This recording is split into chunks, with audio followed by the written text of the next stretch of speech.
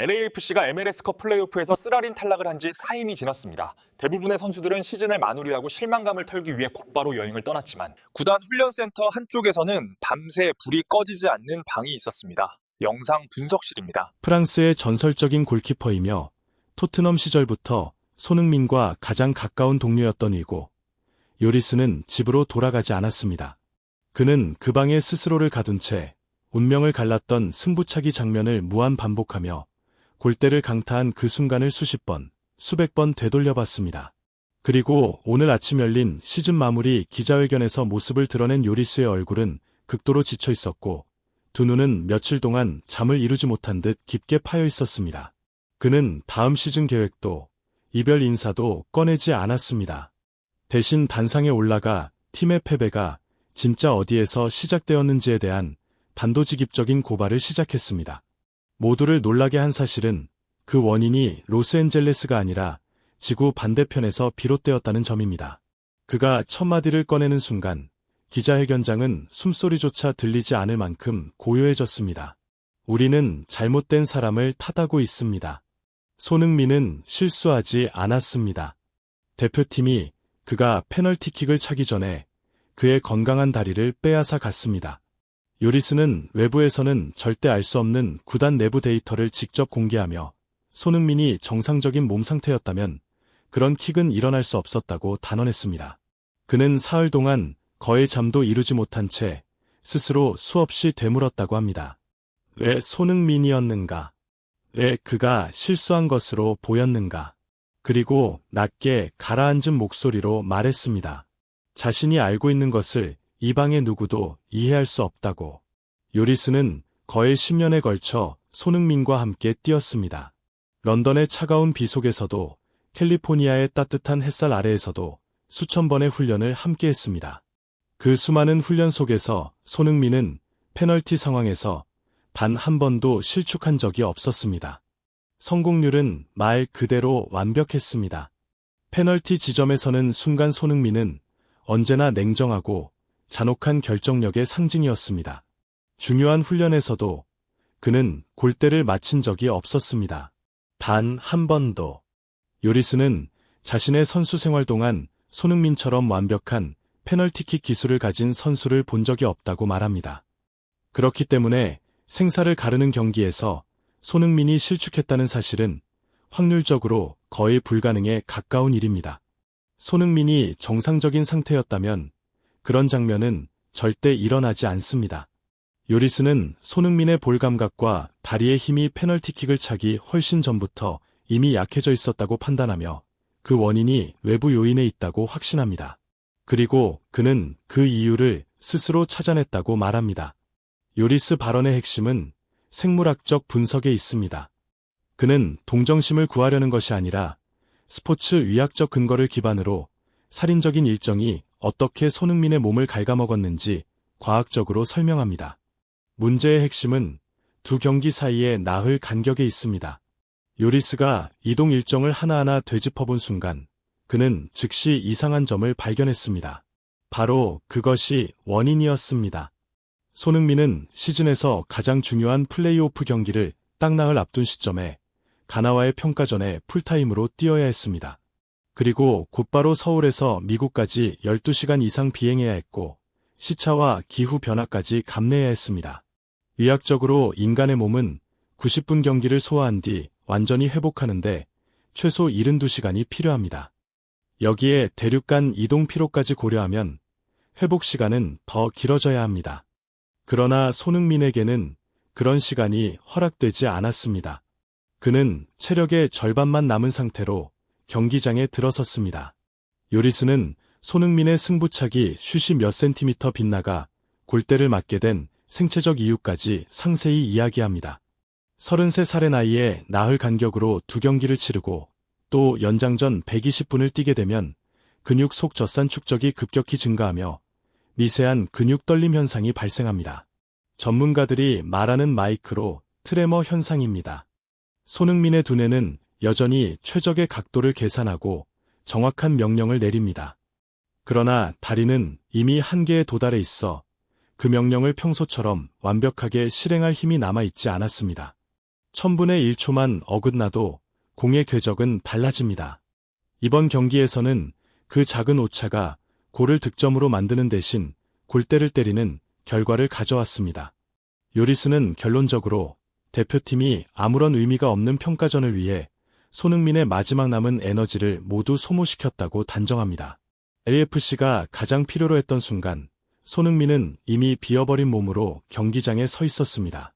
그것은 완전히 무의미한 희생이었습니다. 요리스는 이어 비판의 화살을 대한축구대표팀의 홍명보 감독에게 돌립니다. 그는 두 경기의 중요성을 생각했을 때 손흥민을 그렇게 사용하는 결정은 도저히 이해할 수 없다고 말합니다. 평가전에서 왜 그의 체력을 끝까지 끌어쓴 것인지 납득할 수 없다며 마치 직접 물어보고 싶다는 듯 인상을 찌푸립니다. 요리스는 왜 손흥민이 가나전 평가전에 선발로 뛰어야 했는지 이해할 수 없다고 말하며 거의 목소리가 높아질 정도였습니다. 그 경기는 트로피도 없고 승점도 없고 어떤 생존 의미도 없는 단순한 친선 경기였습니다. 오히려 젊은 선수들을 시험해야 하는 자리였습니다. 그런데도 손흥민은 선발로 나서야 했고 결국 에너지가 완전히 고갈될 때까지 뛰어야 했습니다. 요리스는 무엇보다도 대표팀 코칭 스태프가 단 4일 뒤 손흥민이 MLS 시즌 전체를 좌우하는 가장 중요한 경기에 출전해야 한다는 사실을 알고 있었다는 점을 강조합니다. 그 경기는 LAFC가 결승에 오를 수 있는 유일한 기회였고 시즌 내내 모든 선수들이 목표로 삼아온단 하나의 무대였습니다. 그날 손흥민이 쉬었다면 체력을 완전히 유지했을 것입니다. 다리는 피로로 떨리지 않았을 것이고 승부차기 슛도 몇 센티미터 빗나가지 않았을 것입니다. 어쩌면 AFC는 결승 진출권을 손에 넣었을지도 모릅니다. 요리스는 대표팀의 경솔하고 자기중심적인 결정이 손흥민이 마땅히 가져야 할 기회를 빼앗아갔다고 말합니다. 요리스는 대표팀이 가장 강력한 무기를 사용해놓고 정작 거대한 성문을 지켜야 할 때는 탄약고가 텅 비어버린 꼴이라고 비유합니다. 요리스의 발언은 일정 운영의 혹독함과 장거리 이동이 미치는 영향을 잘 아는 전문가들로부터 빠르게 공감을 얻었습니다. 유명 스포츠의학 박사인 라즈팔 브라르는 자신의 SNS에서 요리스의 분석이 100% 맞다고 지적했습니다. 그는 그렇게 긴 비행 후에는 신경계와 근육의 협응 능력이 크게 떨어져 손흥민이 항상 유지해왔던 정교한 정확성을 잃게 된다고 설명합니다. 국제 경기를 치른 선수를 바로 플레이오프 직전 또다시 평가전에 내보내는 것은 체력 관리 실패라고 강하게 비판했습니다. 대한축구협회는 자신의 가장 소중한 자산을 보호하지 못했다는 것입니다. MLS의 전설 알렉시 라라스 역시 팍스 스포어츠에서 똑같은 의견을 내비쳤습니다. 그는 이 문제는 늘 있어왔던 클럽과 대표팀의 갈등이지만 이번 경우는 대표팀이 선을 넘어섰다고 말합니다. 대표팀은 손흥민의 상업적 가치를 최대한 활용하고 싶어 했고 그 과정에서 MLS에서의 우승 꿈이 무너질 위험을 감수하지 않았다는 것입니다.